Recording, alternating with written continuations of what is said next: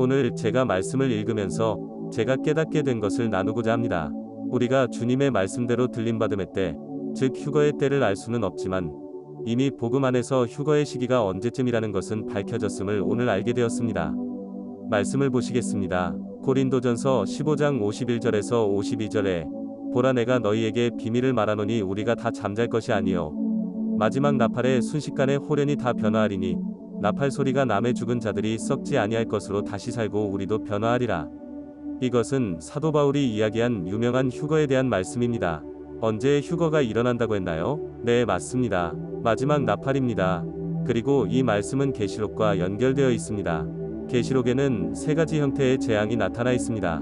첫째는 7인의 재앙, 둘째는 7나팔의 재앙, 셋째는 7대접의 재앙이죠. 그런데 두 번째 7재앙은 나팔의 재앙입니다.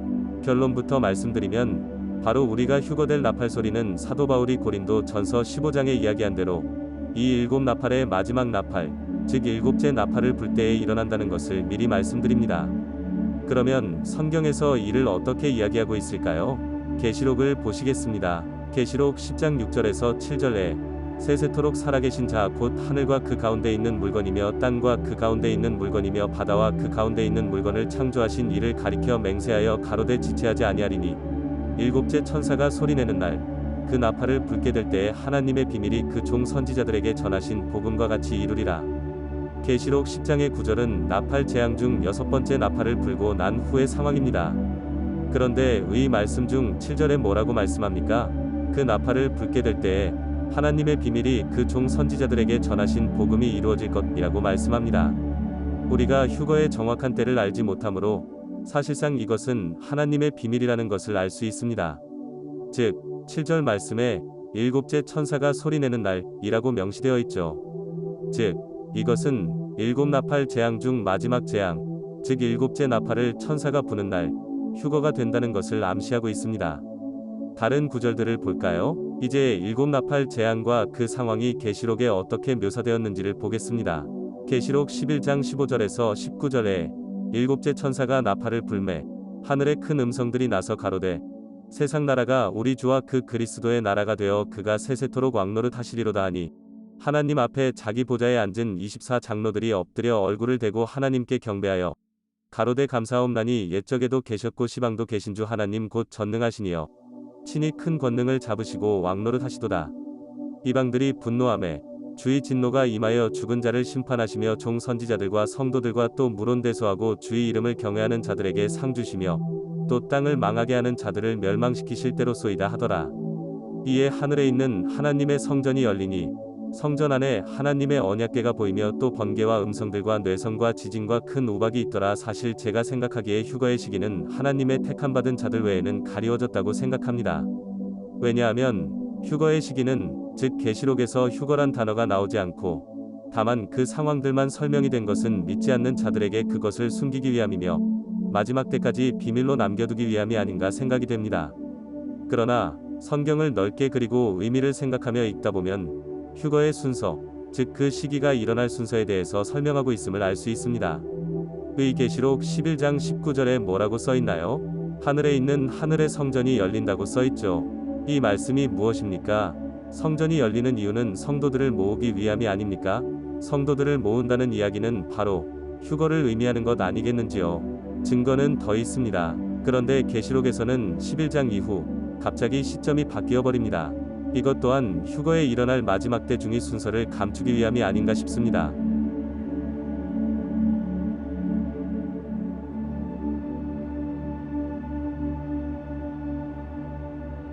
계시록 13장 후반에 짐승의 표가 등장합니다. 이는 휴거는 반드시 짐승의 표가 강제로 성도들에게 받게 하는 그 이후에 일어난다는 것을 의미합니다. 계시록 13장 16에서 18절 저가 모든 자 곧 작은 자나 큰 자나 부자나 빈궁한 자나 자유한 자나 종들로 그 오른손에나 이마에 표를 받게 하고 누구든지 이 표를 가진 자 외에는 매매를 못하게 하니 이 표는 곧 짐승의 이름이나 그 이름의 수라. 지혜가 여기 있으니 총명 있는 자는 그 짐승의 수를 세어보라. 그 수는 사람의 순이 666이니라. 사실 짐승의 표는 성도들에게 하나님을 배반하는 역할을 하기 때문에 짐승을 숭배해야 하므로 반드시 짐승의 표 뒤에 휴거가 일어난다는 것은 아주 상식적인 생각입니다. 그런데 이것을 생각하지 못하고 다만 하나님께서는 성도가 고통받기를 원하지 않으신다라는 인간적인 추측으로 환난 전 휴거가 나온 것입니다. 제가 이 환난 전 휴거설은 마지막 때에 가장 큰 미혹이 될 것이라 이야기한 적이 있습니다. 왜냐하면 환난 전 휴거의 시기에 가짜 휴거가 일어날 것이라 저는 보기 때문입니다. 이에 대해서는 잠시 뒤에 말씀드리겠습니다. 그러면 계시록의 휴거에 대해 이야기하고 있느냐? 네, 있습니다. 그러나 읽는 분들이 깨닫지 못한 것뿐입니다. 계시록 14장 13절에 또 내가 들으니 하늘에서 음성이 나서 가로되 기록하라 자금 이후로 주 안에서 죽는 자들은 복이 있도다 하심에 성령이 가라사대 그러하다 저희 수고를 그치고 쉬리니 이는 저희의 행한 일이 따름이라 하시더라. 이제는 수고를 그치고 쉰다라고 나오죠. 이 말씀 또한 이 땅에서의 고생길을 쉬고 이제는 평안히 천국에서 쉰다라는 의미를 가지고 있다고 봅니다. 그리고 그 다음 말씀부터가 바로 휴거를 의미하는 구절입니다.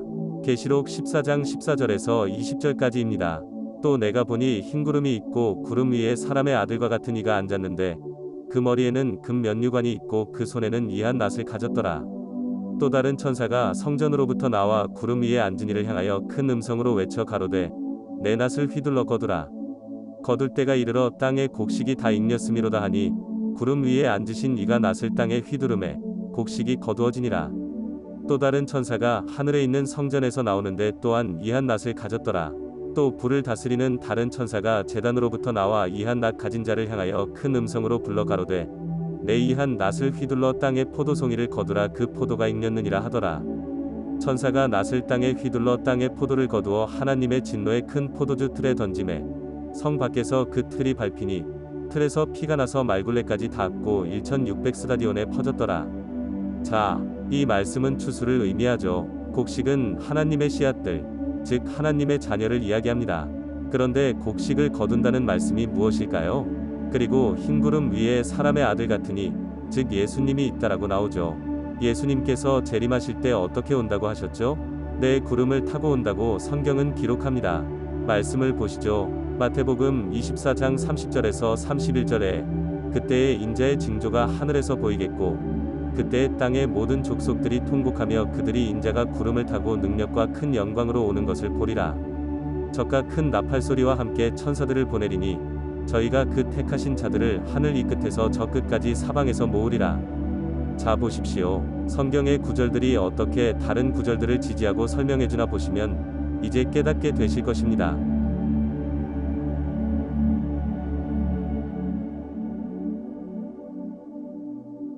분명 예수님의 재림시에 예수님이 구름을 타고 오시고 또 31절에 보시면 큰 나팔 소리와 함께 천사들을 보내어 사방에서 택하신 자들을 불러 모은다고 되어 있습니다. 이것이 무엇입니까? 네, 휴거입니다. 그리고 그 휴거가 큰 나팔 소리와 함께 일어난다고 합니다. 즉 이 나팔 소리는 바로 7나팔 재앙 중 마지막 나팔을 의미한다고 볼 수 있습니다. 이제 제가 지금까지 드렸던 말씀이 확답이 되시는지요? 다시 계시록 14장 14절에서 20절까지 말씀을 보시면 또 내가 보니 흰 구름이 있고 구름 위에 사람의 아들과 같은 이가 앉았는데 그 머리에는 금 면류관이 있고 그 손에는 이한 낫을 가졌더라. 또 다른 천사가 성전으로부터 나와 구름 위에 앉은 이를 향하여 큰 음성으로 외쳐 가로되 내 낫을 휘둘러 거두라. 거둘 때가 이르러 땅의 곡식이 다 익렸음이로다 하니 구름 위에 앉으신 이가 낫을 땅에 휘두르매 곡식이 거두어지니라. 자, 이것은 추수를 의미합니다. 추수는 무엇입니까? 지은 농사의 열매, 결실을 거두는 것이죠. 그것이 바로 휴거입니다. 우리 하나님의 씨앗들이 자라서 알곡을 맺으면 하나님께서 열린 하늘문으로 불러들이는 것입니다. 그리고 동시에 악한 자들도 거두어 진노의 포도주 틀에 즙을 짜듯 심판을 하신다고 말씀합니다. 예수님이 생전에 여기 계실 때에 이 추수에 대해서 어떻게 이야기하셨는지 보겠습니다. 마태복음 13장 37절에서 43절에 대답하여 가라사대 좋은 씨를 뿌리는 이는 인자요 같은 세상이요 좋은 씨는 천국의 아들들이요 가라지는 악한 자의 아들들이요 가라지를 심은 원수는 마귀요 추수 때는 세상 끝이요 추수꾼은 천사들이니 그런즉 가라지를 거두어 불에 사르는 것 같이 세상 끝에도 그러하리라. 인자가 그 천사들을 보내리니 저희가 그 나라에서 모든 넘어지게 하는 것과 또 불법을 행하는 자들을 거두어내어 풀무불에 던져 넣으리니 거기서 울며 이를 갈미 있으리라. 그때의 의인들은 자기 아버지 나라에서 해와 같이 빛나리라. 귀 있는 자는 들으라. 자, 계시록에 나온 추수의 모습과 예수님께서 알곡과 가라지의 비유를 하면서 비유를 설명하신 이 구절이 어디가 서로 다릅니까? 비유하는 모습만 달랐지 똑같은 상황을 이야기하고 있는 것입니다. 하나님의 씨앗, 즉 하나님께서 택하신 자들은 천국의 아들이고 악한 자는 가라지를 심은 마귀의 자식, 즉 가라지들을 이야기합니다. 하나님께서 택하신 자들은 하나님 나라, 즉 아버지 나라에 들어가 해와 같이 빛나리라 라고 말씀하시고 불법을 행하는 악하자들은 지옥불에 던져넣는다고 말씀하시는데 이 말씀이 바로 계시록 14장에 나온 추수의 모습을 이야기하는 것입니다.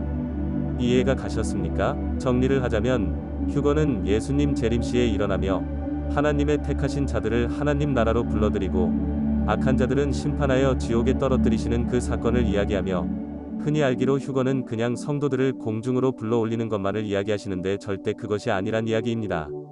그 시기는 짐승의 표를 강요한 뒤이고 정확히는 일곱 나팔 재앙의 일곱째 나팔이 불려 퍼질 때라고 이해할 수 있는 것입니다. 그리고 또 하나의 증거는 일곱째 나팔이 불려져서 성도들이 다 하늘로 올라간 다음에는 이제 이 땅에 남은 자들은 짐승의 표를 받았거나 아니면 마귀의 자식들이 남고 또한 휴거받지 못한 하나님의 씨앗들이 남게 되리라 보고 있습니다. 휴거받지 못한 하나님의 씨앗들이 있다는 것은 계시록과 예수님의 말씀에서도 설명이 되어지는데 다음과 같습니다. 계시록 20장 4절에서 6절에 또 내가 보좌들을 보니 거기 앉은 자들이 있어 심판하는 권세를 받았더라. 또 내가 보니 예수의 증거와 하나님의 말씀을 인하여 목배임을 받은 자의 영혼들과 또 짐승과 그의 우상에게 경배하지도 아니하고 이마와 손에 그의 표를 받지도 아니한 자들이 살아서 그리스도로 더불어 천년 동안 왕노릇하니 그 나머지 죽은 자들은 그 천년이 차기까지 살지 못하더라. 이는 첫째 부활이라. 이 첫째 부활에 참여하는 자들은 복이 있고 거룩하도다. 둘째 사망이 그들을 다스리는 권세가 없고 도리어 그들이 하나님과 그리스도의 제사장이 되어 천년 동안 그리스도로 더불어 왕노릇하리라.